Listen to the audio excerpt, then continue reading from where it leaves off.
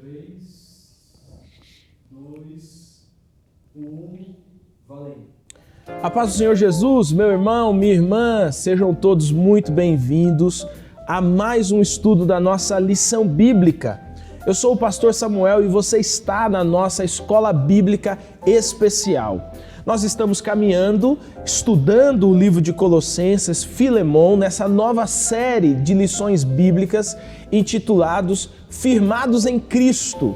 Então você já está conosco já há algumas semanas, onde temos buscado desenvolver cada um dos temas dessa lição, buscado aprofundar o nosso conhecimento em cada um dos temas dessa lição. Olha só, antes de qualquer coisa, eu queria convidar você nesse momento a compartilhar esse link com outras pessoas, a trazer essa informação desse nosso programa para outras pessoas.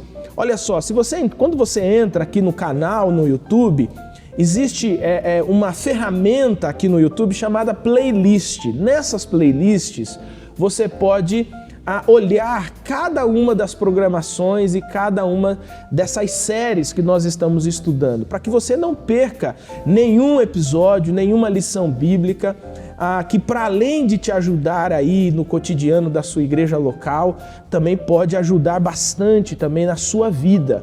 Então eu queria convidar você a compartilhar o link desse nosso programa de hoje, mas também compartilhar essa playlist, com outros tantos temas para os seus amigos, os seus contatos, para que eles também possam ter contato com todo esse conteúdo, com todas essas informações. Olha só, eu lembro também você que, como temos refrisado todas as semanas, a se inscrever em nosso canal aqui, lá embaixo, se você ainda não se inscreveu, a pedir ali, clicar no sininho para que ele diga para você cada vez que uma programação nova entra no ar, para que você não perca nenhuma novidade. Bom, então, eu quero nesse momento convidar você, nós vamos estudar hoje a lição de número 5, Não se deixem enganar é o tema da nossa lição, que você pegue aí a sua Bíblia Sagrada, a sua lição bíblica e eu convido você, juntamente conosco, a estudar mais um dia, mais um tema da nossa lição bíblica. Então vem com a gente nesse novo estudo.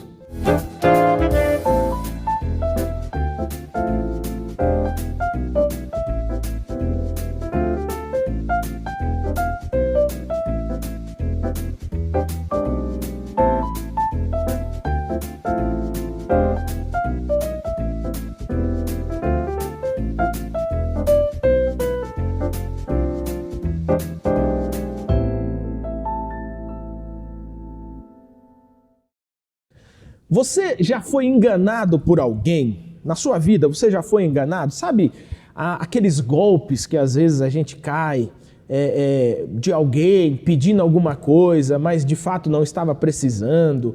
Ou alguma coisa que você comprou e não era necessariamente, não era exatamente aquilo que você desejava e etc. Eu me lembro que eu caí uma vez num golpe comprando, queria muito ter uma câmera fotográfica digital, e aí encontrei na internet uma câmera, estava num preço bom e eu tinha o dinheiro, e então eu efetuei a compra, fiz a transferência do valor e aí a pessoa desapareceu, a pessoa sumiu e eu nunca mais tive notícia nem da câmera, nem do meu dinheiro, nem da pessoa. É muito ruim, a gente se sente muito mal quando a gente é enganado. Mas pior do que a gente ser enganado é a gente se deixar enganar. Não existe assim algumas situações da nossa vida, da sua vida, que você diz assim, olha, eu dei bobeira aqui.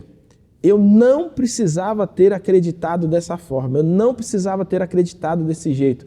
Ou como dizem algumas pessoas, eu sempre desconfiei disso, mas assim, num lapso de tempo, de memória, eu acabei caindo nessa armação, caindo nesse conto, O nosso país e o mundo, ele está muito, fervilha muito com essa expressão, fake news, Ou seja, notícias falsas, coisas que não são verdadeiras.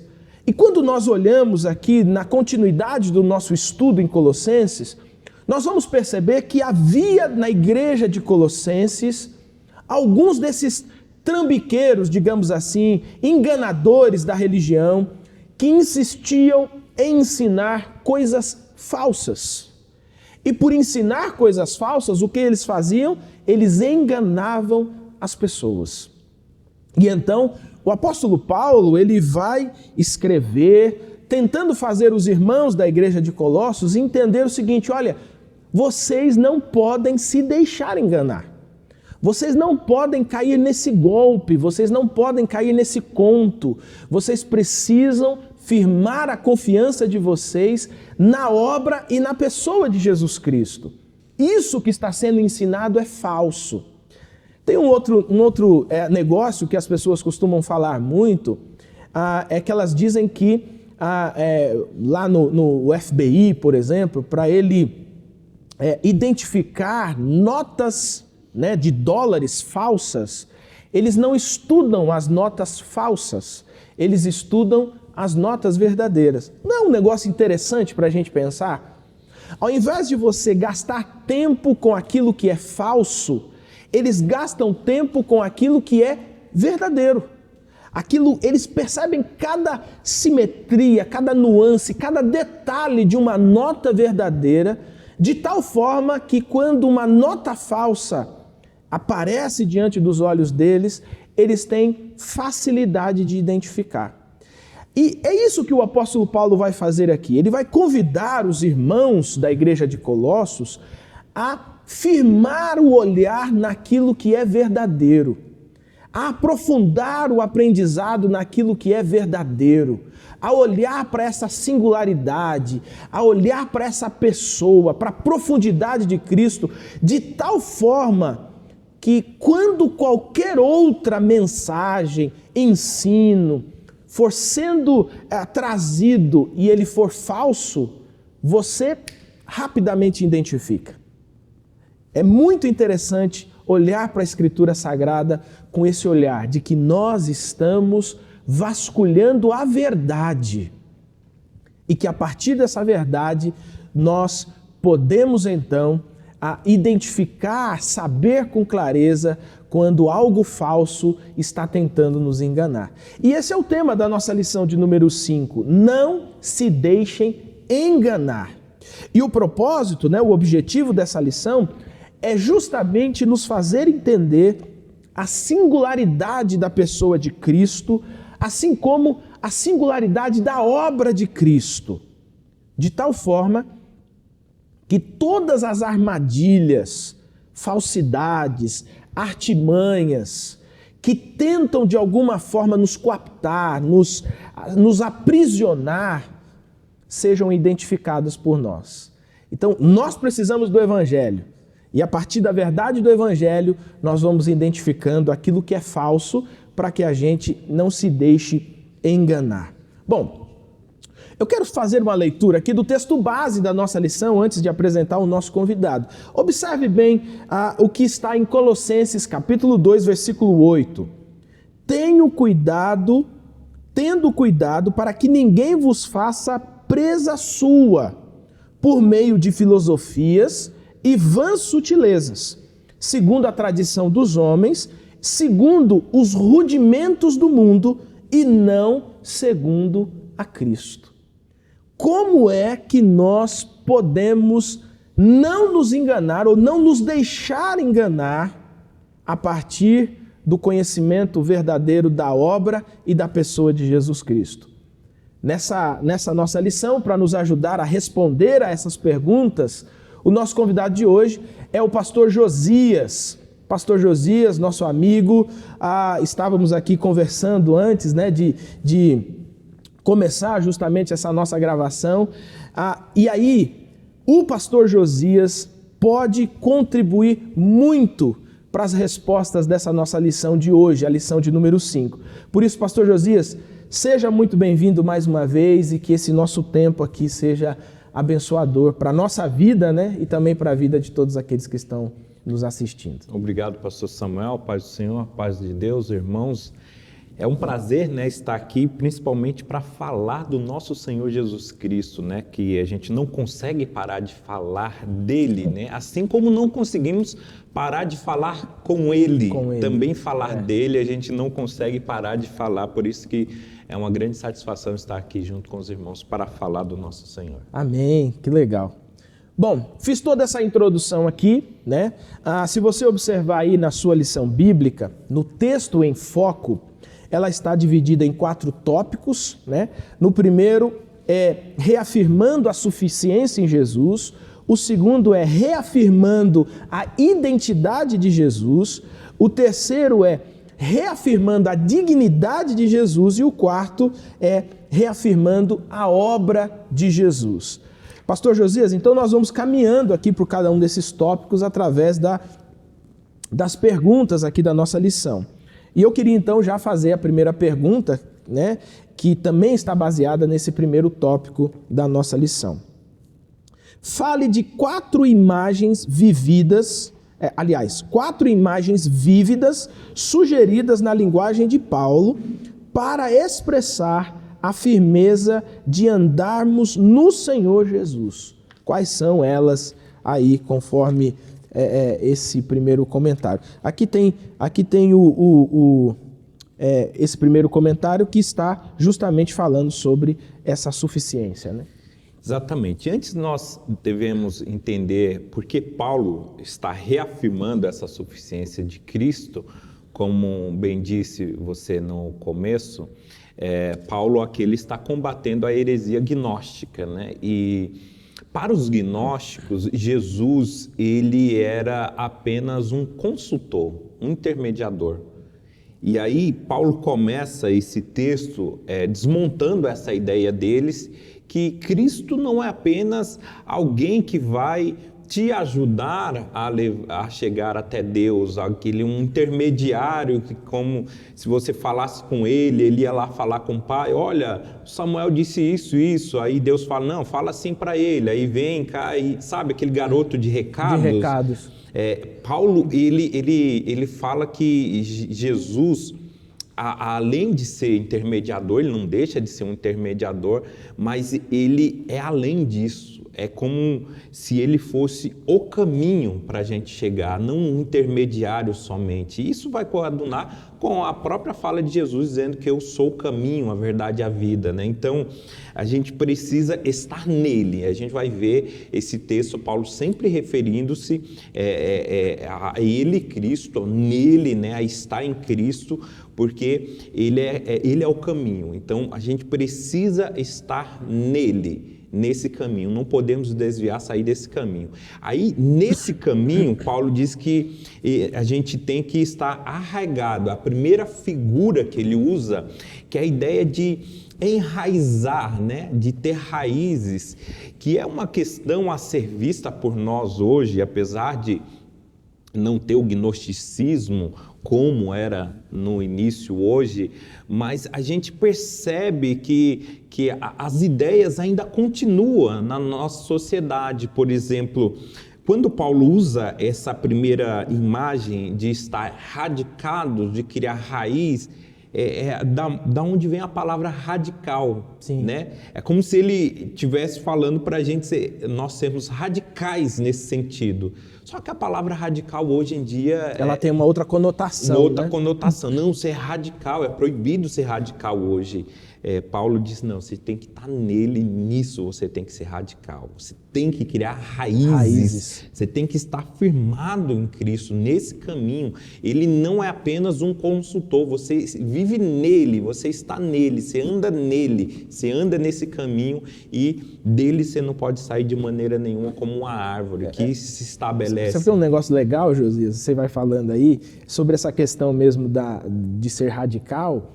Quando uma pessoa, assim, na nossa sociedade de hoje, ela diz, olha, não pode ser radical, e você pergunta assim, o que é ser radical? E ela começa a descrever, na verdade ela está descrevendo um extremista, né? E não um radical, né? Porque na etimologia da palavra, o radical é aquele que tem firmeza, que tem raízes profundas naquela área ou naquela situação, né? E pela cultura até é fácil de confundir isso, porque assim, Uma pessoa radical, ela tem opinião, ela está em Cristo, ela está enraizada, é aquilo e pronto, bate-se um martelo. Para a política da boa vizinhança de hoje, isso também não é bem visto. Não é legal. Não, você tem que fazer um meio termo, você tem que ser mais maleável. Não, tem coisas que, como era essa que os agnósticos estavam atacando, a suficiência de Jesus Cristo, não tem como ser meio termo. Temos que ser radical. Ele é Deus, Ele é Senhor, Ele é o único caminho. Veja que isso já soa como exclusivismo. Que também é outra palavra fora de moda na nossa cultura. Não, você é exclusivista. De fato, Cristo é o único caminho, não tem outro. Então, se quiser me chamar de exclusivista de maneira pejorativa, fazer o quê? Pode chamar, mas que de fato eu sou radical, sou exclusivista no sentido de que Cristo, Ele tem a suficiência, Ele é Deus e Ele é suficiente, é o único.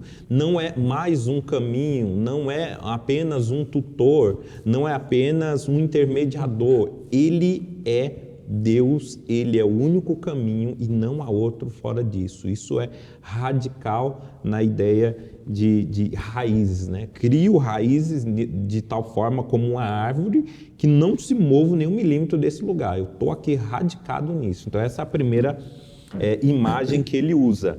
A segunda, ele vai usar também uma parecida, que é a de edificação, né? Que uma edificação também ela vai estar em um único lugar, né? Não temos um prédio que se move na cidade, né? Ele está parado ali, mas acrescenta a ideia de edificação, vai trazer a ideia de chamar atenção para um alicerce, né? Bem construído. Uma edificação tem que ter um alicerce bem construído para que o prédio permaneça. Senão ele cai, né? Senão ele cai. Então, a ideia de permanência aqui está ligada com o alicerce. Então, Paulo vai usar a imagem de uma edificação, de uma construção que devemos estar em Cristo, né? E aí construímos nossa vida em Cristo. Veja que também não saímos da esfera de Cristo. Cristo como caminho, a gente cria raízes nesse caminho, a gente forma, Ele sendo a base, a gente constrói a nossa vida a partir dEle, né? Então estamos nele nesse sentido. Então um negócio interessante é que a raiz é que sustenta a árvore, né? Isso. A árvore não cai, assim, na casa dos meus pais tinha um pé de abacate, por exemplo, né? Muito grande, de muitos anos, e quando foram tentar dar uma acertada no terreno, descobriram que as raízes do pé de abacate já passavam por, inclusive, debaixo do imóvel, né? Debaixo da casa, ou seja, não tem como você tirar isso aqui mais daqui, né? Você só evita ele de derrubar a casa, mas aquilo está arraigado. E quando ele fala do edifício, é o alicerce, né?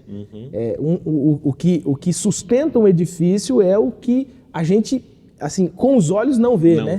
Tá abaixo ali do limiar dos olhos, né? Que é justamente esse alicerce, né? Eu achei muito interessante. A árvore, o edifício, mas o pressuposto é o mesmo, né? De sustentação, né? De manter em pé, né? Exatamente. E aí o terceiro verbo que ele vai colocar é de confirmados, né? Isso tem mais a ver com uma ideia jurídica, né? De um tratado jurídico que a gente fez com Cristo, que a gente fez com essa ideia, sugere um contrato obrigatório. Então, assim, uma vez assinado, cumpra-se, não tem como voltar atrás, né? Então, essa ideia de a gente se render a Cristo, a ideia de a gente estar em Cristo é um caminho sem volta, porque a gente já está firmado nele, a gente já fez um contrato, né? E um contrato de sangue, né? Foi derramado o sangue dele para firmar a gente nesse caminho, e aí não temos como voltar atrás, é um tratado obrigatório, né? Então, Paulo, ele fala, olha, vocês estão no caminho e nesse caminho vocês têm que criar raiz, têm que construir a vida de vocês a partir desse caminho em Cristo, e não tem como voltar mais atrás, porque já foi feito um tratado e é obrigatório agora a gente seguir. A firma já foi reconhecida, já né? foi reconhecido firma, já está assinado, é um tratado que não tem como a gente voltar atrás, né? Então, Paulo ele está falando para a igreja, para os colossenses, né, que, olha, não tem como voltar atrás para o caminho do gnosticismo ou até do judaísmo, que eles misturavam, né, esse tipo de gnosticismo aqui, o primordial, ele misturava também algumas coisas com o judaísmo, né? E o judaísmo Paulo sempre via como voltar atrás, né? Então, a Nova Aliança, o Novo Testamento é um tratado que não tem como voltar para trás, né? Então, já estamos firmados nesse sentido. E a quarta imagem que ele vai usar aqui é a ideia de crescendo, né? Que no original, se a gente olhar a palavra no original, ela tem a ideia daquele crescer até transbordar, né? Muitos vão usar a palavra, a imagem de um rio que transborda, né? Mas poderíamos usar uma fonte transbordante, né? Algo que cresce até transbordar, né? Então essa imagem que ele usa para mostrar a suficiência de Cristo é que além de a gente estar firmado, a gente está edificado em Cristo, construímos nossa vida, a gente tem um tratado com Ele que a gente não volta mais atrás. Isso não deve ficar somente para nós, deve transbordar para outras pessoas, né? Como um rio transborda, né? Levando todos os sedimentos e fertilidades, né? Para suas bordas, assim também a vida do cristão que conhece a suficiência de Cristo. Ele é tão suficiente que ele me enche e transborda, e outras pessoas são beneficiadas pela obra que ele fez em mim. É impressionante isso, né? Essa demais. Ideia de transbordar, porque às vezes a gente tem a cena, né, de algo que transborda, mas depois volta ao normal, né? Mas quando a gente pensa, por exemplo, numa fonte, né, ela enche, transborda e continua jorrando, né? Ela continua jorrando, ou seja, essa ideia do transbordar, ela é contínua, né? Ele não para de transbordar, ele continua transbordando, né? E isso é que o Evangelho, através da nossa vida, faz no mundo, né? Isso, e aí quando a gente une, né, as quatro imagens, aí a gente chega aqui ao tema da lição. Não se deixe enganar, não tem como uma pessoa que está em Cristo, arraigado, que edificou sua vida em Cristo, que fez esse tratado com Cristo e que transborda a vida de Cristo para outras pessoas, jamais ela vai ser enganada por qualquer tipo de doutrina, né? Legal, legal. Bom, na nossa pergunta de número 2, então, no capítulo 2 e 9, né, 2:9 de Colossenses, quem é Jesus segundo as Escrituras? Os gnósticos tinham uma visão correta sobre a identidade de Jesus? Pastor Josias, eu quero só fazer um paralelo aqui. Você citou a questão do... não sei se você usou a expressão primeiros gnósticos, uma coisa assim, né? Os primordiais, né? Só para lembrar você que o gnosticismo, como uma doutrina, como uma filosofia estruturada e etc., surgiu só no 3º século, tá? Então, aqui em Colossenses, toda a base do gnosticismo está presente, né? Alguns estudiosos chamam de protognosticismo, né? O Josias aqui chamou de primordial, né? De primeiro. Então, é só para você ter uma ideia e se situar de maneira cronológica na história. O gnosticismo como filosofia existe a partir do 3º século, mas aqui em Colossenses toda a base do gnosticismo está abalando a igreja, que está movimentando a igreja, tá? Só para justificar aqui para você cronologicamente. Então, pastor Josias, pergunta de número 2. Os gnósticos, né, na segunda parte, tinham uma visão correta sobre a identidade de Jesus? E quem é Jesus segundo as Escrituras?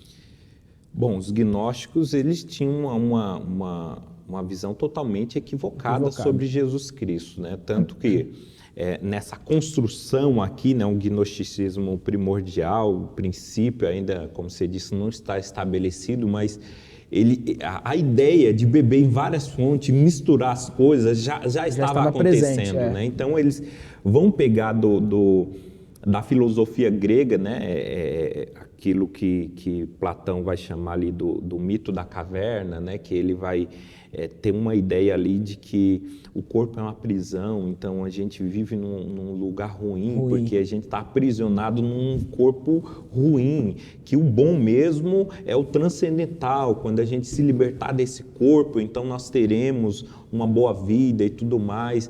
Eles pegam dessa ideia, né, então passa a olhar de maneira pejorativa a carne, o corpo. Então, assim, se o corpo é ruim, tudo que nele tem é ruim. É ruim. Então, a carne, ela é ruim. Então, a gente vai ter que combater tudo que a carne quer, que ela gosta, que precisa, porque o foco é no transcendental. E aí, como conciliar a ideia de um Deus que se fez carne? Então, peraí, um Deus, ele é perfeito, mas se ele se fez carne e a matéria é má, como que eles conciliam isso, né? Então, a dificuldade devia ser muito grande. Muito né? grande. Muito então, grande. aí eles têm a ideia do demiurgo, né? Eles tinham a ideia de que Deus, ele tem várias manifestações, Deus se manifesta, né? Se manifesta de várias formas, né? São emanações de Deus, e eles vão considerar que o Deus é o todo dessas manifestações. Então, dessas manifestações, veja que eles nem consideram que Jesus é o todo, né? Deus é um todo dessas emanações que eles acreditam que Deus tem. Então, uma emanação em si não é um Deus perfeito, é uma emanação, mas eles diminuíam Cristo, né, a identidade de Cristo, a tal ponto que ele nem considerava Jesus uma emanação disso. Ele fala que dentre essas emanações tinha uns ali imperfeitos, né? Então era uma emanação imperfeita que ele chamava de demiurgo, né? Que é aquele que conseguia fazer contato com os seres humanos que têm corpo, que têm matéria, que a matéria é má, então nem é uma emanação perfeita, porque ele está em contato, ele está se relacionando com seres humanos que estão presos em uma matéria má, e ele vem preso também nessa matéria má. Então a ideia de demiurgo é muito aquém do que Cristo é, né? Então é muito distorcido. Não, mas eu fico imaginando a confusão de fato, né? Porque se você tem uma dificuldade com a matéria, né, e a matéria é ruim, como conceber a ideia de Deus que se transforma homem, né? Isso. Que se faz homem, né? Melhor dizendo, né? É muito difícil mesmo para você sustentar uma doutrina dessa, tendo uma verificação de que Deus se fez humano, né? É por isso que eles vão optar por essa ideia do demiurgo, né? Porque não é nenhuma emanação perfeita. Ele é um intermediário, né? Isso, é uma espécie de semideus, né? Como fosse um semideus que aí está misturado com os seres humanos, que se relaciona com os seres humanos, e aí ele é imperfeito por estar no corpo humano. E aí Paulo, ele vem com tudo, né? Porque ele está em um embate falando de uma questão central de Cristo e do cristianismo, do evangelho. Então, ele não pega leve de fato, né? Ele já chega falando que em Cristo, ele sendo o perfeito Deus, né, que habitou em carne, já para tirar isso da mente de ele todos os colossenses. Ele já quebra no meio essa ideia, né, gnóstica. Ele é o perfeito Deus que veio em carne, e aí ele usa a expressão pleroma, né, que é a ideia de plenitude, que nele habitou a plenitude, não é uma emanação, muito menos um demiurgo, é o todo mesmo, que ele pleno, acreditava, né? O pleno está nele. habitou em carne. E aí, então, isso destrói a falácia gnóstica, né? Ou desses falsos religiosos que na época nem eram chamados de gnósticos. Mas ele destrói porque ele fala assim, olha, então, se isso é verdade, se o evangelho é isso de fato, então a matéria não é má como eles acreditavam. Como que pode um Deus pleno, na sua plenitude, habitar corporalmente em um ser humano e não diminuir a sua divindade em nada e se relacionar com seres humanos, viver como seres humanos e viver sem pecado, né? Então, isso é um checkmate nessa ideia aí do... Isso alinhava tudo, né? Vai prendendo tudo e a carga não vai nem para lá nem para cá, tem, né? A ideia de firmeza novamente, de estar arraigado, não tem como se mover nem 1 milímetro para a direita ou para a esquerda, né? Porque Cristo, de fato, ele é plenamente Deus. É isso que as Escrituras vão afirmar, não somente em Colossenses, mas em vários outros textos. Ele é plenamente Deus, né? Que habitou em um corpo. E essa habitação foi plena também, foi pleuroma, né? Foi perfeita, um perfeito Deus habitando no ser humano, a ideia de ser 100% Deus e 100% humano, e a humanidade não diminuir nada a divindade dele, nem a divindade diminuiu a humanidade de Cristo. Legal, legal.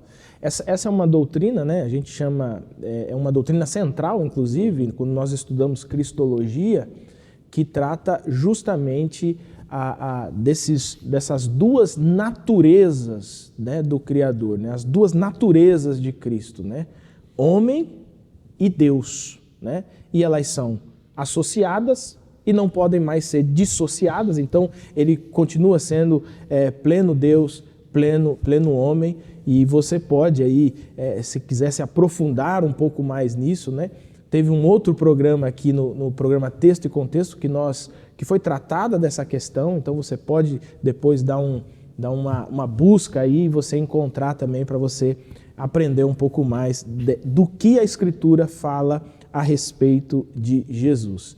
Bom, pastor José, então ficou claro aqui que a visão que aqueles, né, vamos colocar aqui como gnósticos, era distorcida, completamente distorcida, a partir também daquilo que eles criam, mas que a Escritura revela uma verdade irrevogável e questionável que sustenta essa ideia de, a partir dessa verdade, eu não preciso mais me deixar ser enganado, né?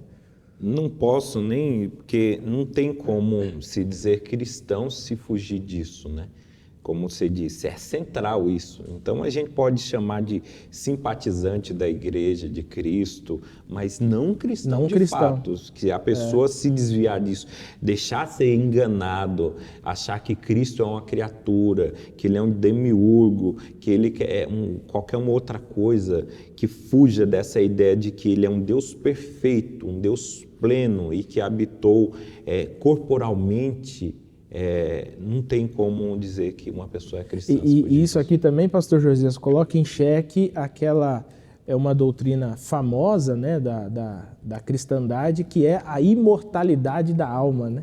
Também. Coloca em xeque isso, né? Porque você vai perceber claramente que bebe-se lá naquela fonte, na mesma fonte que dá origem ao gnosticismo, que vai dar origem a essa ideia de que a alma é imortal, né? Ou de que a alma sobrevive fora de um corpo, né? Atingindo essa ideia de atingir um grau de superioridade, né? Depois de liberta desse corpo, então, meu querido irmão, esse também é um assunto que, se você quiser saber um pouco mais, inclusive no nosso doutrinal, um dos tópicos lá do nosso doutrinal é chamado de mortalidade da alma, justamente porque nós não cremos na imortalidade da alma, né? E lá tem algumas razões bíblicas para isso. É um parêntese aqui, mas está bem relacionado. Sim, né? Bem relacionado. É porque assim, é um assunto que deve ser tratado à parte, que é muito gigantesco, né? Assim como um outro, o espiritismo, tem a ver também essa ideia. Verdade. Mas aí são assuntos que devem ser tratados à respeito à parte. Disso, né? Tratamos numa outra ocasião, numa outra oportunidade, né?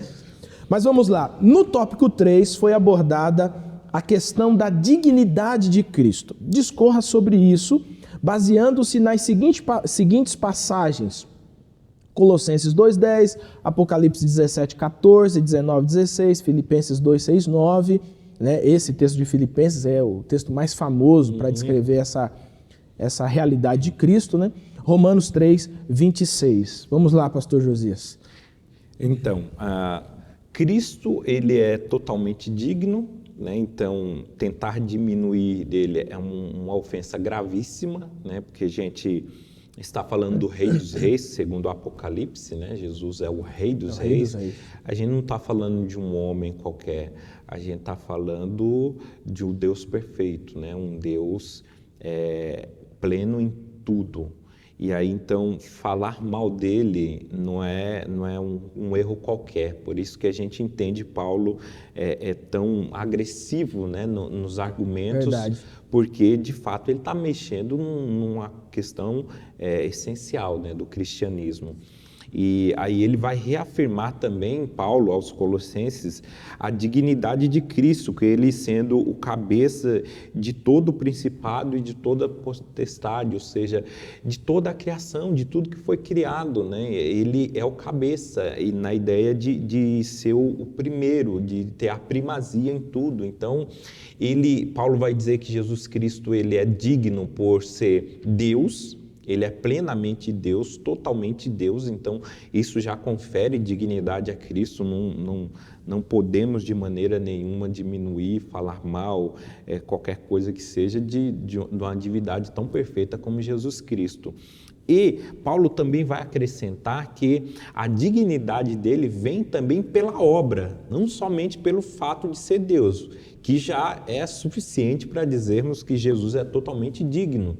Agora, a obra que ele se propôs a fazer, isso é ser constrangedor para a gente, né? Por isso que em outro lugar Paulo vai falar que o amor de Deus nos constrange, porque assim, aquele que se encontrava na forma de Deus pleno, perfeito, ele se esvaziou, né, a si mesmo, tomando a forma de servo, né, e achado na forma de servo, de homem, ele humilhou-se a si mesmo, ninguém humilhou ele, mas ele mesmo se humilha. Então, assim, Paulo vai demonstrar aqui em Filipenses, no capítulo 2, a humilhação extrema de Cristo, de um ser no topo de todo o universo, de tudo, que aí ele abre mão voluntariamente para vir até os homens.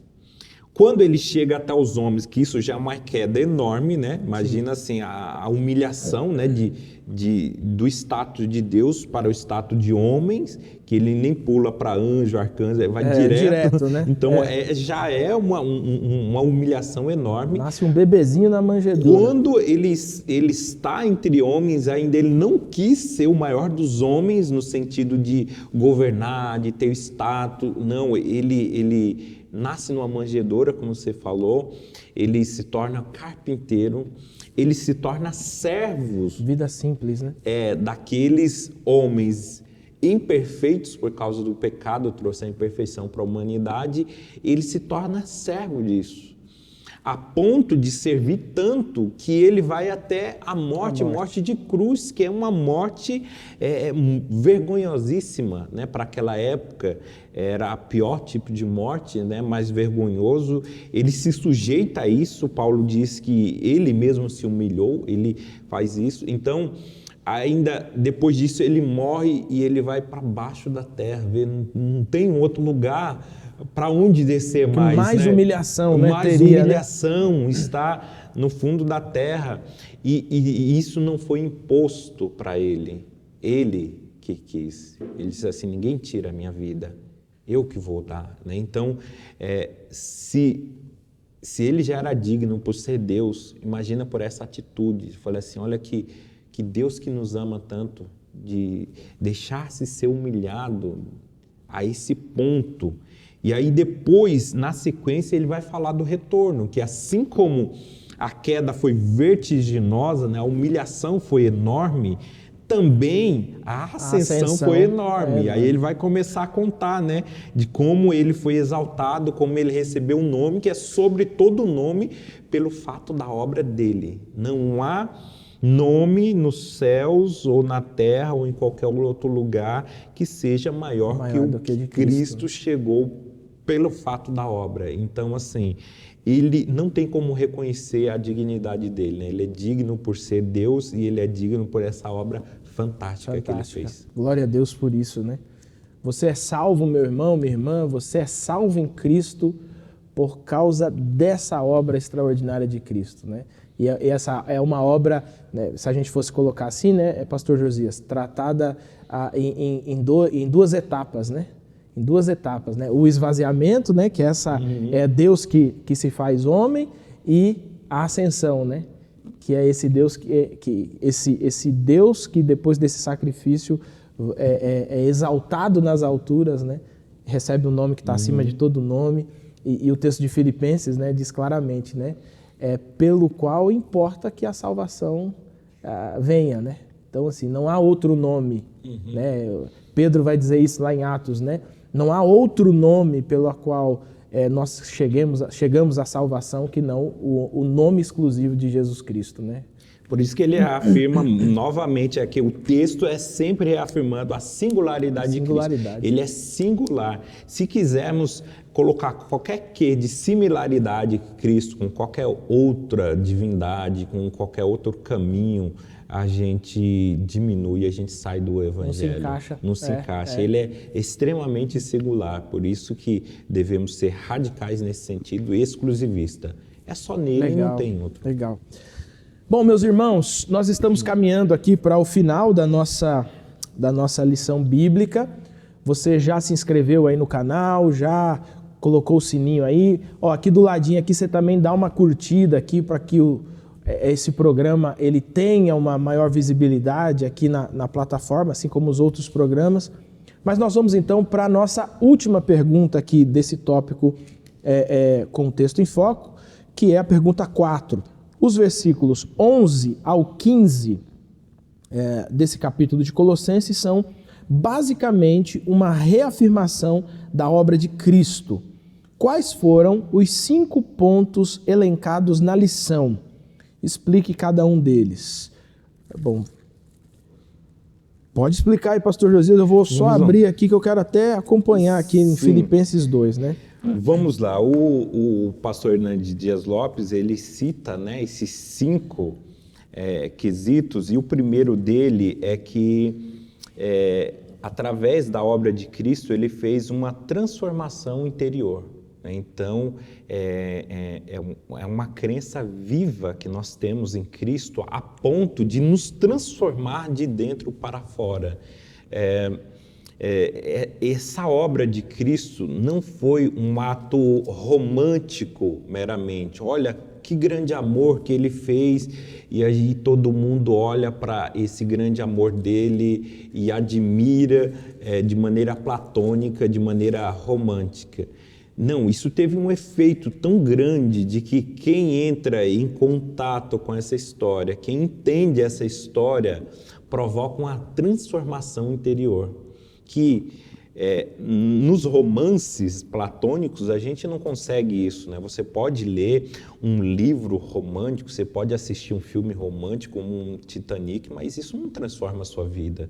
Por mais lágrimas que você derrame, por mais emocionante que seja, mas não existe uma transformação radical, né? Como existe esse ato de amor de Cristo por nós. Essa obra dele transforma a gente, faz a gente mudar de status, né? A gente muda de status, que aí a gente já entra na segunda questão, é que Jesus ele proporcionou uma vida radicalmente nova, né? Então, essa mudança interior promove uma mudança exterior radicalmente nova. Então, nova que na lição o autor fala que para se comparar, a gente não pode comparar como alguém que esteve doente no hospital e saiu do hospital, mas aquele que morreu e ressuscitou. Isso é totalmente diferente, né? Para ver como que é a radicalidade dessa nova vida. Tanto que alguns teólogos vão chamar essa ideia da nova vida de uma nova humanidade, né? Nova humanidade. Andar em novidade de vida é ser um novo ser humano. A proposta de Cristo não é criar uma igreja como fosse um clube para a gente participar dele. Não, é transformar uma humanidade em outra humanidade, e a gente se torna igreja dele quando nós nos tornamos essa nova humanidade. Então é radical demais essa transformação, né, que ele opera em cada um de nós. Em terceiro lugar, ele nos proveu o perdão definitivo, né? Então ele cancelou a dívida de uma vez por todas, que é uma outra questão também, que esses falsos mestres, eles trabalhavam, eles tinham ali no início, como falamos, eles bebiam tanto da filosofia grega, mas também com o judaísmo antigo, né? E aí eles queriam, semana que vem a gente vai ver, né, de eles imporem regras. Sobre eles para alcançar a salvação, como se essa obra não fosse suficiente. Tinha que ser essa obra mais algumas coisinhas, as nossas obras, né? A obra de Cristo mais as nossas obras proporcionava a salvação. E aí Paulo ele é enfático em dizer que não, né? Não existe a possibilidade de acrescentar obra nenhuma à obra de Cristo, porque ela é suficiente para a nossa salvação. A gente deve pensar, né, viver nessa perspectiva de que ele removeu de uma vez por toda, foi cancelado a dívida, a gente não precisa pagar mais nada. A lei, lá no início que foi posta pela triunidade divina, toda alma que pecar morrerá, foi satisfeita com a morte dele. Então, agora o perdão é para todos, independente. Outro lugar, Paulo vai falar lá em Efésios que não é pelas nossas obras mesmo, para que a gente não se glorie, né? Dizendo que fizemos nossa parte, né? Se não fosse nós fazer nossa parte, a gente não teria, nós não teríamos acesso a essa salvação. Então, ele liquida dessa maneira, né? Então, Jesus ele cancelou toda a nossa dívida e, por fim, Cristo também triunfou sobre os principados e potestades. Aqui a ideia de triunfo, ele tem a ideia do triunfo romano, né? Que os romanos tinham essa prática, né? Eles iam em lugares longínquos, né? E muito distante de Roma, e lá se dava a batalha, os embates. Eles passaram a ir para culturas muito diferentes deles, e aí para trazer um pouco daquilo que aconteceu no combate para a capital em Roma, eles traziam os prisioneiros com seus trajes, com as suas culturas, e aí eles desfilavam com eles. Olha, um ritual mesmo, ritual, de desfile. Isso. Olha quem a gente conquistou. Foi esse povo aqui, olha. Foi esse aqui, olha como que eles eram ferozes. Olha as armas deles, olha a cultura deles, olha como eles eram bárbaros. E a máquina de guerra romana venceu eles. Então, era uma maneira de humilhar os vencedores e uma maneira de exaltar o exército romano, né? A Roma. Eles assim, olha, eles eram muito fortes, eles eram bárbaros, eles eram perigosos. As armas deles, mas a gente foi maior, a gente conseguiu subjugar ele. E aí Paulo usa essa figura, né? Dizendo que Cristo fez isso com todo tipo de potestade. Todo tipo de potestade, Cristo ele triunfou sobre eles. Então, assim, por mais que achamos, né, que Satanás, que os anjos caídos são poderosos em relação a nós, né? Porque de fato nós somos humanos, eles são criaturas superiores a nós nesse sentido, muito poder se for comparado com o nosso, mas Paulo diz que, olha, ele triunfou sobre eles.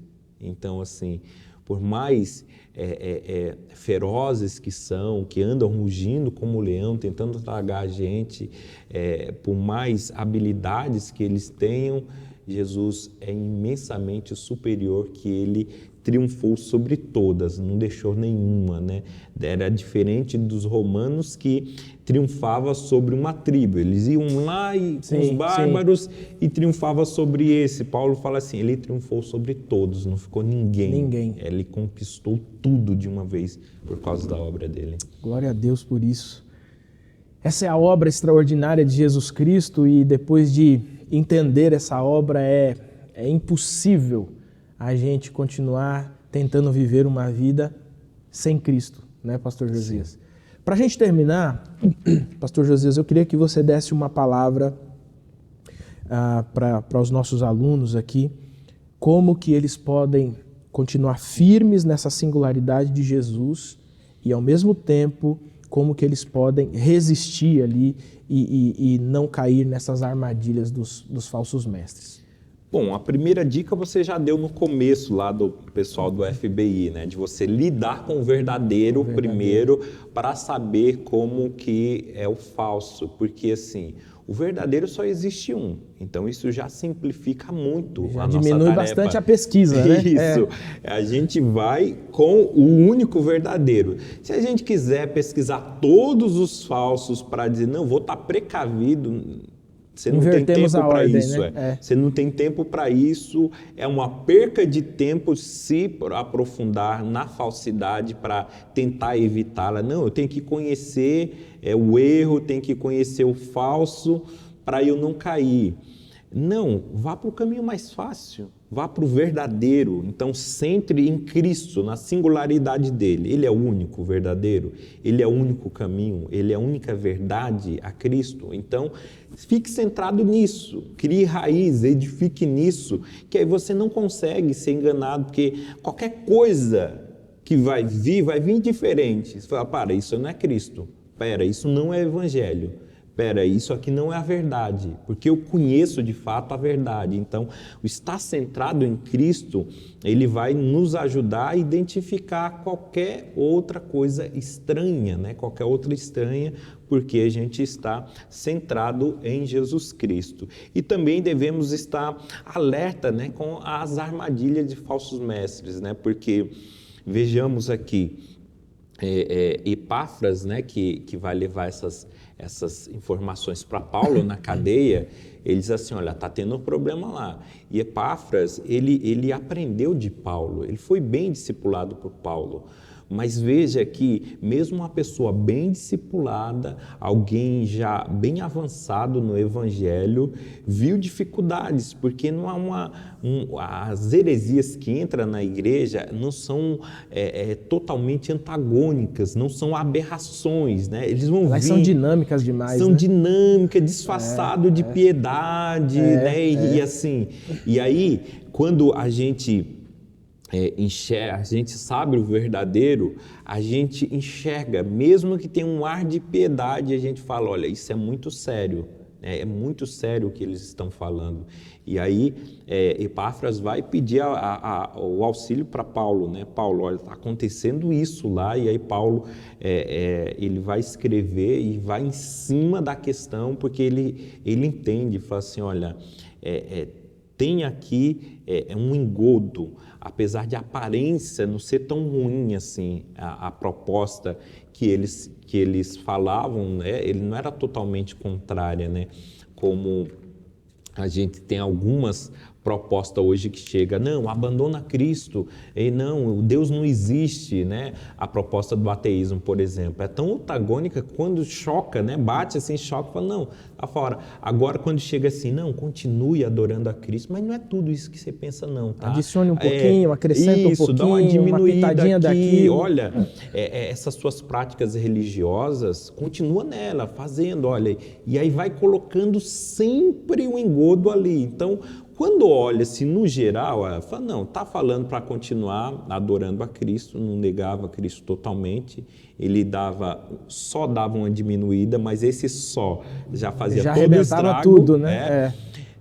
Incentivava as práticas religiosas, continue, né, fazendo isso e tal, porque isso vai ajudar você a entrar em contato com o transcendente, aquela vida após a morte, quando estivermos libertos dessa matéria má, você vai alcançar dessa maneira. E eles colocavam coisas que já faziam parte do rito, né, da vida religiosa dos crentes e também dos judeus. Então eles colocam isso junto. Era um ponto em comum, né? Isso, um ponto em comum. Vê que não é algo estranho. Eles estão afirmando. Só que eles invertem a prioridade, a ordem, né? Quando eles invertem a ordem de que, olha, essas coisas aqui é para salvação, aí também degringola de um jeito. A heresia se carimba, né? Carimba, como heresia, isso, né? como heresia, e se passando-se por algo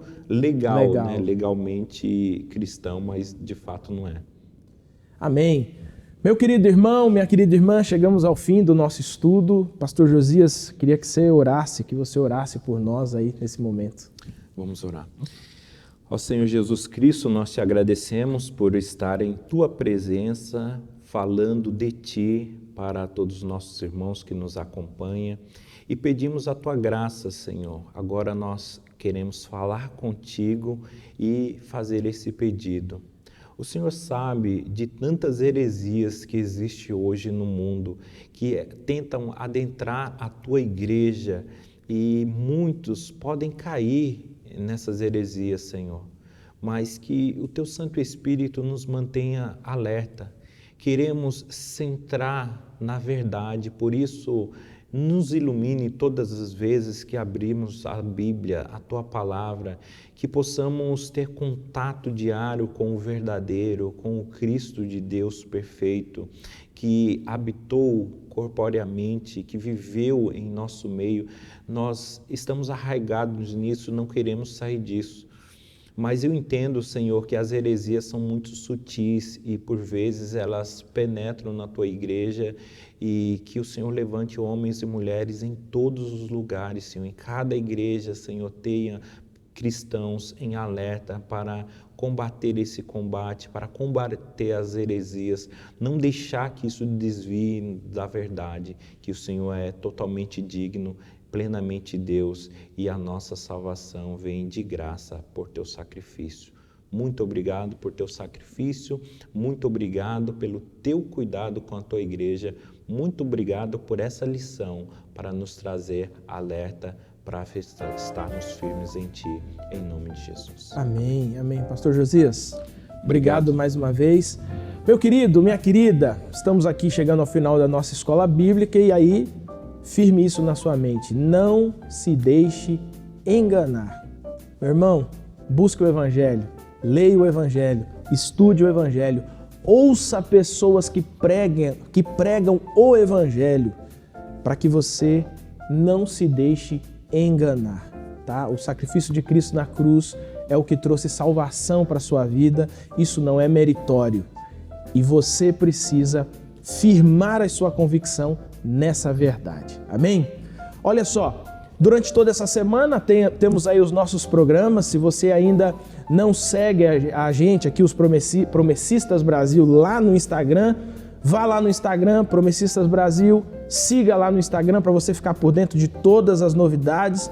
Lembro você também de toda a nossa programação, tem novos programas que vão entrar no ar aí. Lembrando você que dia de segunda-feira nós temos o Texto e Contexto, às terças-feiras, Conexão Feminina, quarta-feira, nossa escola bíblica, quinta-feira, Promessas de Esperança, e tem algumas programações novas chegando aí, tem uma Mais Que Som, muito interessante e muito edificadora para a sua vida. Por isso, em nome de Jesus, que você tenha bons estudos e que você tenha uma feliz semana, em nome de Jesus. Nos vemos na próxima semana.